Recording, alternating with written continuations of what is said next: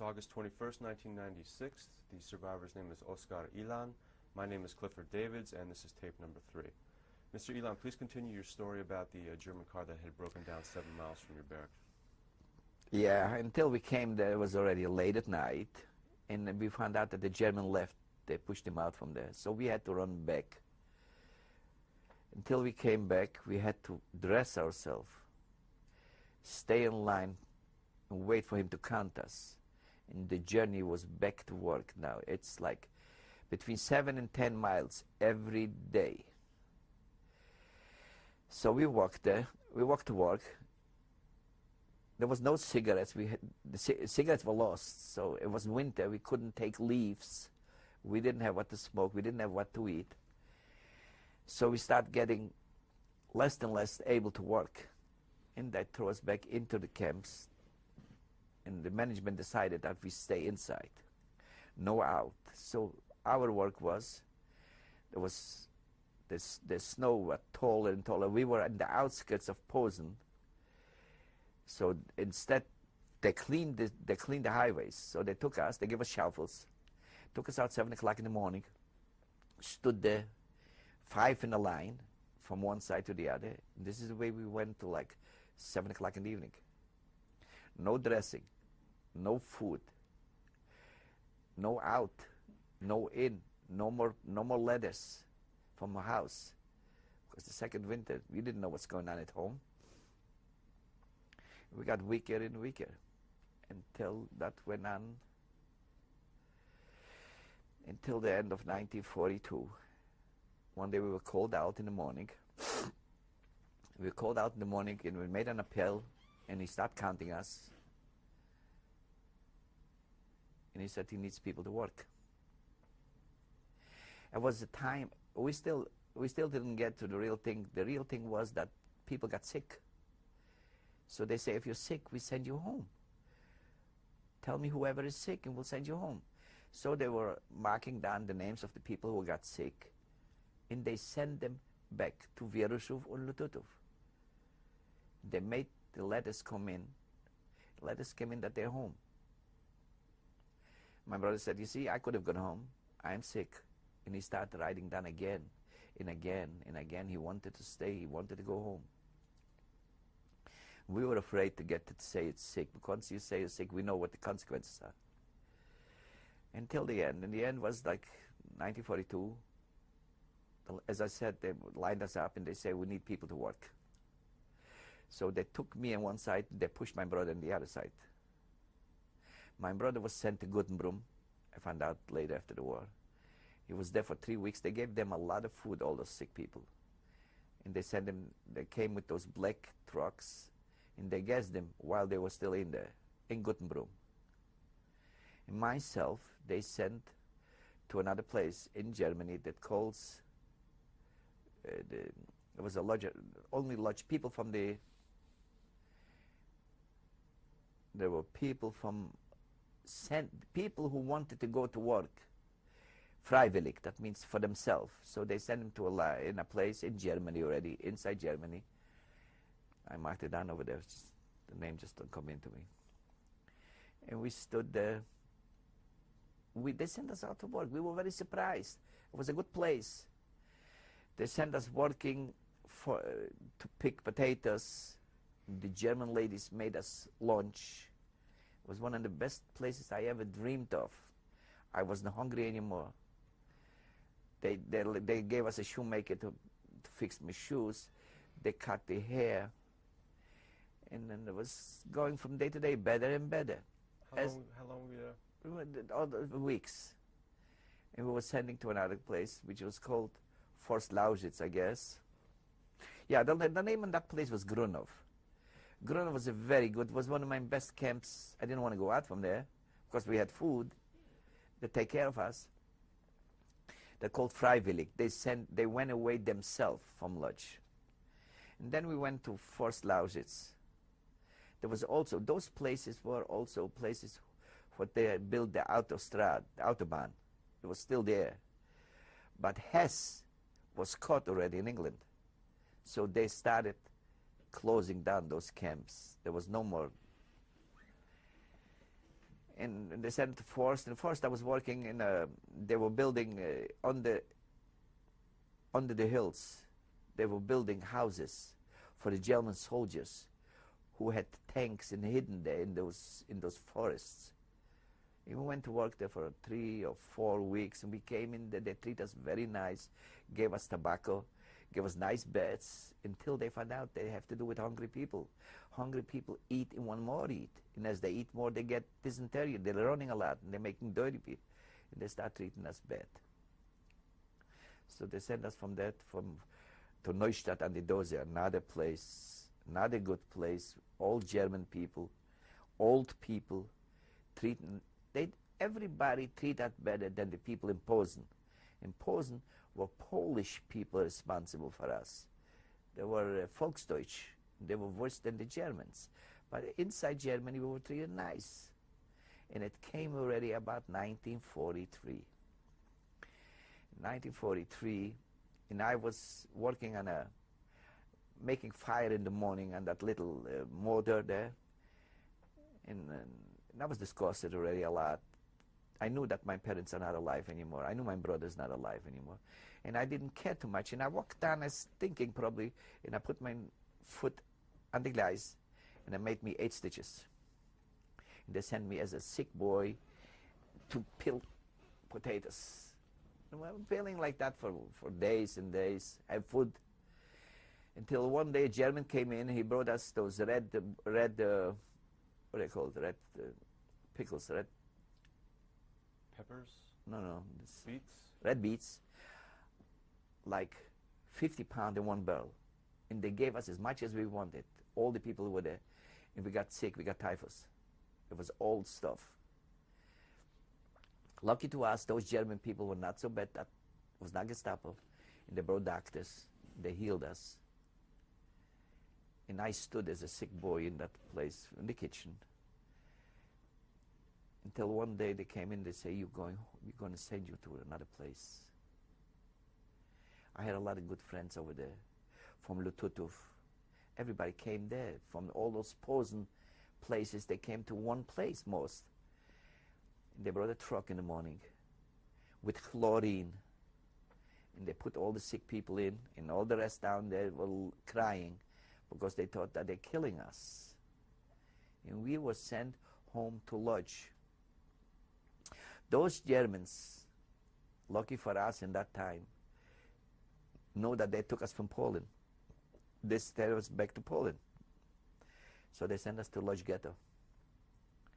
All those people that stood with me there in that camp are not alive today. They were all killed, all gassed, all sent to Auschwitz.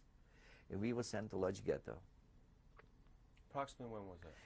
I was about August 1943, or August, a month earlier or later. It was before the winter time. You mentioned previously that you were sure that your parents and brother had passed away. Yeah. How were you so sure of that? They start talking about it in the camps, and every time some other people come from another place in the camps, there were camps that they are allowed to get letters. There were that they see people that coming from one town to the other.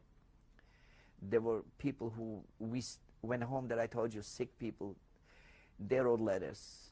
My brother, I knew the people from Guttenbrum came together with me. They told me my brother was sick, and they sent him in a guest, so I knew for sure. But for those people in Wierzchow, it came from one to the other. One told the other. Letters came from somewhere that they concentrated all the Jewish people in the church, and they sent them away, and they were killed.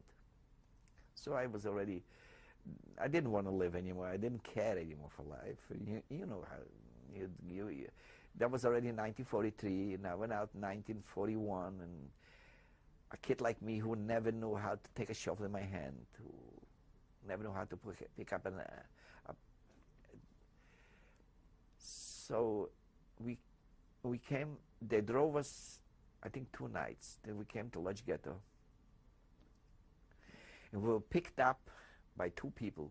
One of them had a big, he was so fat man, red hair. As we came to Czarnieckiego, to the jail, they told us, they put us out in a line that, what are you doing? What is your So people said, they said, we do this, we handlers. My father had a factory. I'm a polyerman. I'm working as a tischler. And I told him that I work furniture. You know, I mean, this is very good. I know very good. And they sent me down. We went down in a jail by 15 people. And in the other room, 20 people. So 35 people downstairs, but 35 people upstairs. And we were all, so we said we could have said the same thing than they. Why they send us back to jail? In the meantime, those people upstairs came a black wagon in. We were later told from the police, taking in the gas and set away. They were dead.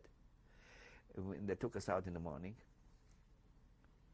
asked us to give the names, tell us that we're lucky that we're alive, and that we should work. Czarnieckiego was the jail that everybody was afraid, because if you come to that jail, you're going away with the transport. You're not alive anymore. And all Jews, commandant, everybody's a Jew. So they sent me to a factory, and I should tell them that I'm a good worker, and I was afraid. I was afraid that the minute I'm going to be sent back, I'm not alive. And the guy says to me, the head from that factory, commissioner, go upstairs to the 4th floor. You see a man there, go to him and tell him that you want to be taken a test. And he says, we walked up, the people there from other places in the ghetto tell me, from where are you, what are you doing, how come you look so bad, how come you so, because you're not looking like a human being when you weigh 60, 70 pounds, in long hand, no dress, because they gave me one shoe left, one a light. They gave me whatever they had and sent me out to live on Walborska 8 in a little place up there, and it rained that night, and my bed was in rain, and I was in rain, running away from there. And I went to work. He said to me, where are you from? I said, from Wieruszów. He said, Wieruszów? Do you know Herschel Ezer? I said, Ezer? That's my cousin. He said, it's my cousin too. And then I told him, look, ich bin nicht Tischler, I'm not a stoller. I don't know anything about those things. Don't send me back Czarnieckiego. Find some work for me. I come from Posen. Get me out from there. Don't send me back. I want to live. So he called a guy, a young man there, and he told him, you work with him. We used to press. There was a paper that you pressed it from both sides and around you put it on the machine and you clean those things that were sent for the German kids. Little horses or little things that we worked for them. And I stood there from that day on until the end that factory was burned down. So you were in Lodz from approximately August of 1943. Until, but that was June 44 when that factory was burned down, and I didn't have what to do. Right away in that factory, when that factory was good, and it was winter time, I stole like 5 pounds of wood on me, and they caught me, and they sent me to jail. And I was in jail for 2 weeks, and that was before the holiday, and the president from that, Rumkowski, gave an order that people who didn't do big things, just small items, they should let him out. Otherwise, I would have been in Auschwitz a long time ago, burned.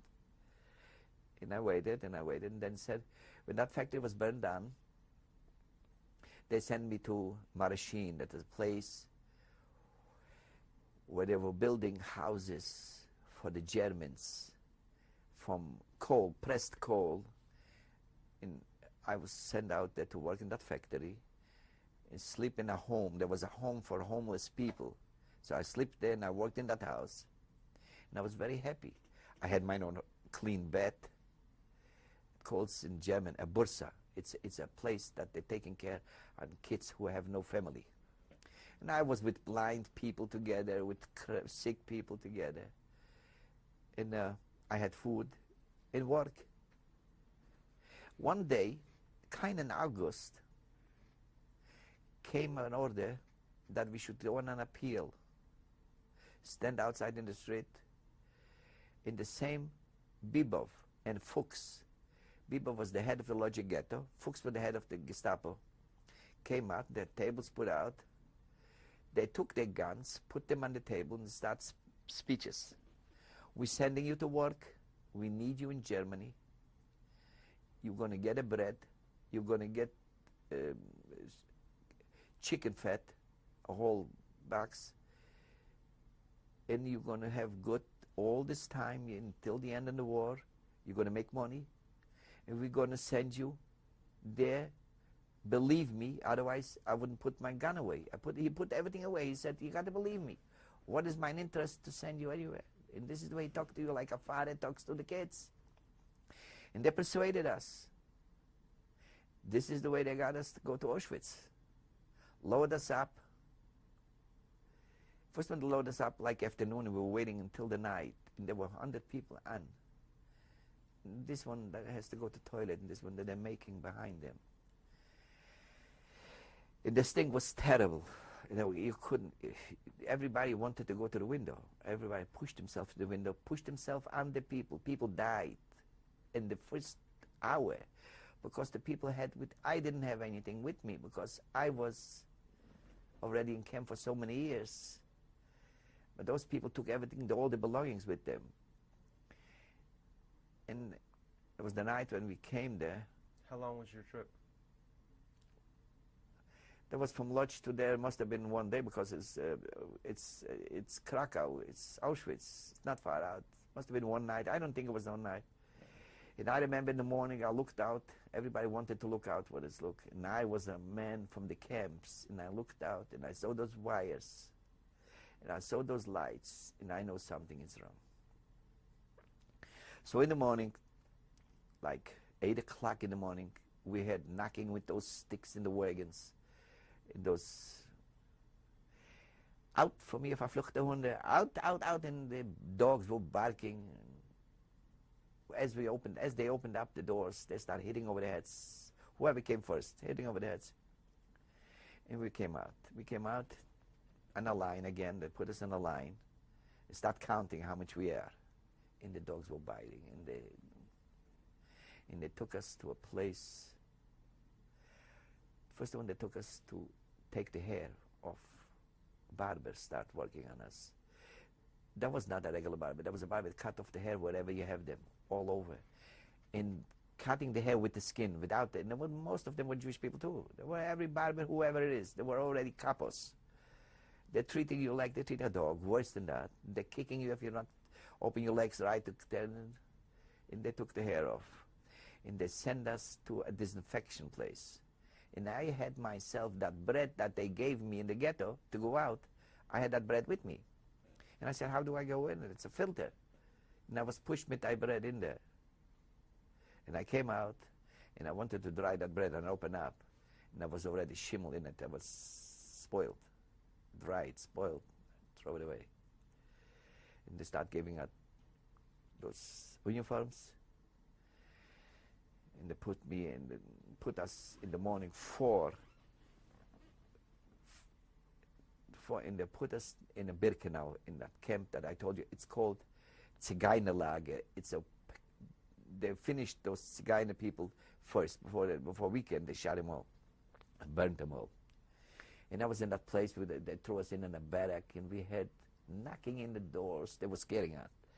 Give up everything you have, give the gold, give the blood, otherwise you're going to be killed like them. And we heard that. So those people that came from Lodz who had something gave it away before they opened the doors. And this is the way, that should be our last place. In the morning they gave you bread, a piece of bread.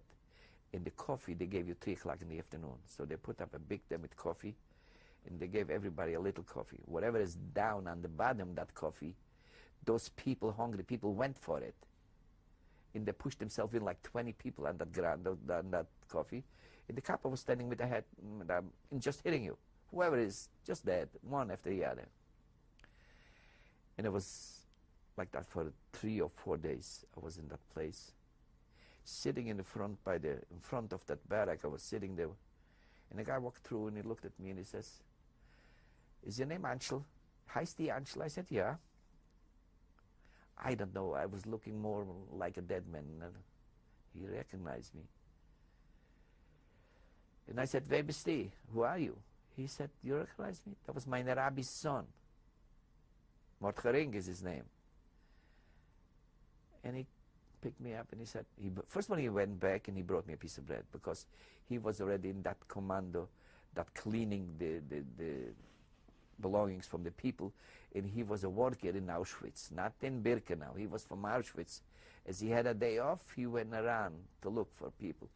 And he showed me, he said, look, you see that burning over there? That was right over the wires. See this? Burning people. Probably my father and your father and everybody else's father was burned there.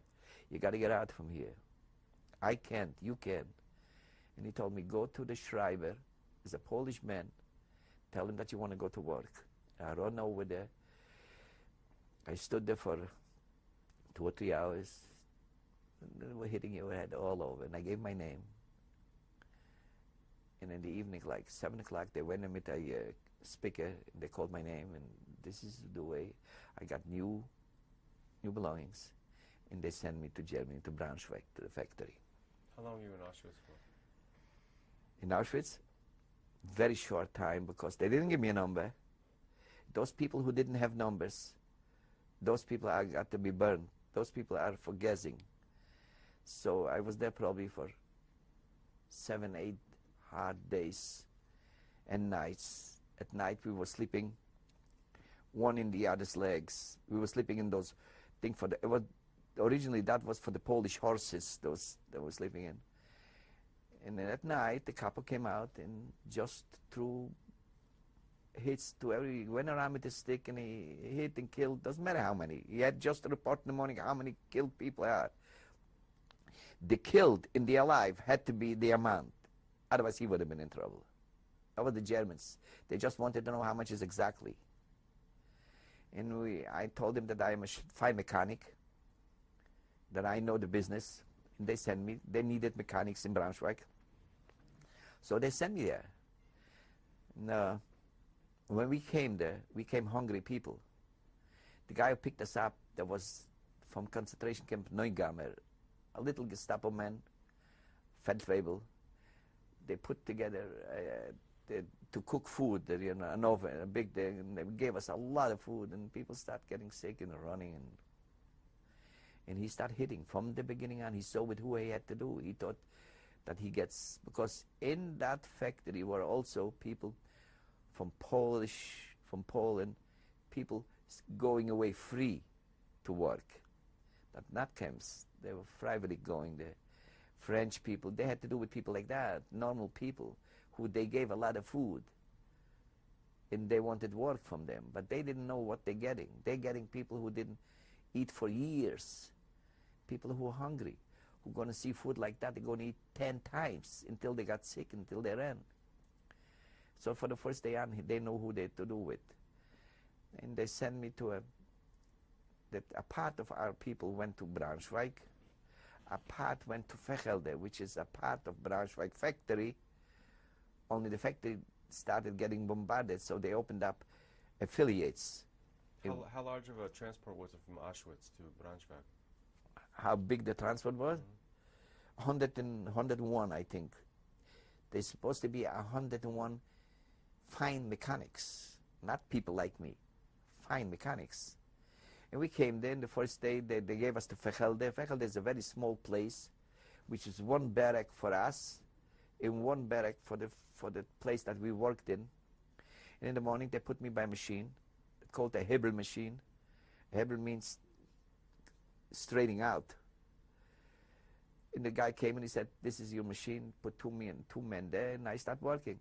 He told me what to do, and before I start working, the knife was broken, one knife after the other, until my Obermeister came and he said, you're going to get hanged. This is sabotage. He told me, and for them it's not it's a regular thing, but they were not hanging people in that place. That was not Auschwitz. That was a part of a private factory who was overtaken by Gestapo people. And they made trucks. Braunschweig was famous for trucks. Bissing N-I-G, it called Bissing, Braunschweig. And the little Meister, I had a little Meister, and he came to me. He was a lovely man. And he called me Junge because I was called a Hunde. Was called a Hund. And we called dogs. We were called the worst names. For the 5 years, I didn't even know that I'm a person anyway. And he said, Junge, this gave me a filler gate. Filler gate is a little thing that you control how thick, how high the knife should be, that the knife shouldn't break when she comes to go each time's a little down there. And he told me, let's say 0.100 of an inch, put the filler gate in, let the knife down, go to the other side, do the same thing. The water is working at it all the time, and you're going to see you're going to make it. It took me for a little while, and I was one of the best ladies to work on that machine. He loved me. He gave me his food. He had a little sandwich, which was like 2 inches by 2 inches. That's all I ate. That's all he ate. He gave it to me every day. And there was another capo in there who was a political communist capo. He was not the capo that handled us. He was treated like we were treated because he was a communist. He was a politician, good man, very good man, who was killed the day before the war ended by them. And we worked there for, I was very happy until they started bombarding. When they started bombarding, they never gave us the food. Before the food came, the flyers came and started bombarding us, and we went into a cellar. In that cellar until 3 o'clock at night. Approximately when was this, in 1943? That was 1944. You arrived in Braunschweig in... 1943. When in 1943? That must have been in August. No, must have been in October. And when did the bombing that you just mentioned start? In 1944. Do you know when? In middle 1944, June, July.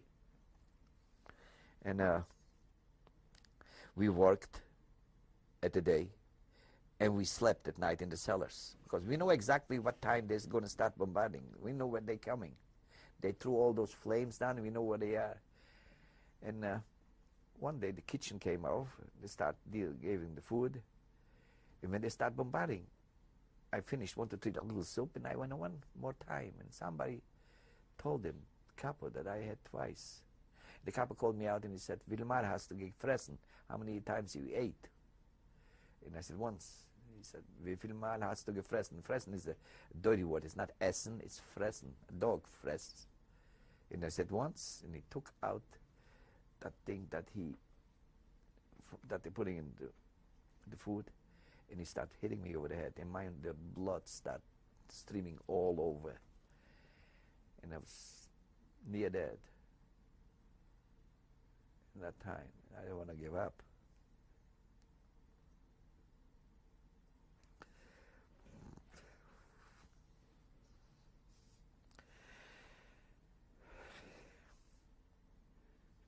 And I said, hell no. I wouldn't tell him twice. I said once. And he kept on hitting, and I said once. I woke up in bed, bandage, full head bandaged, with food by the bed. He sent me in food. And I didn't tell him twice. Mr. Ilan, we're going to change tapes now.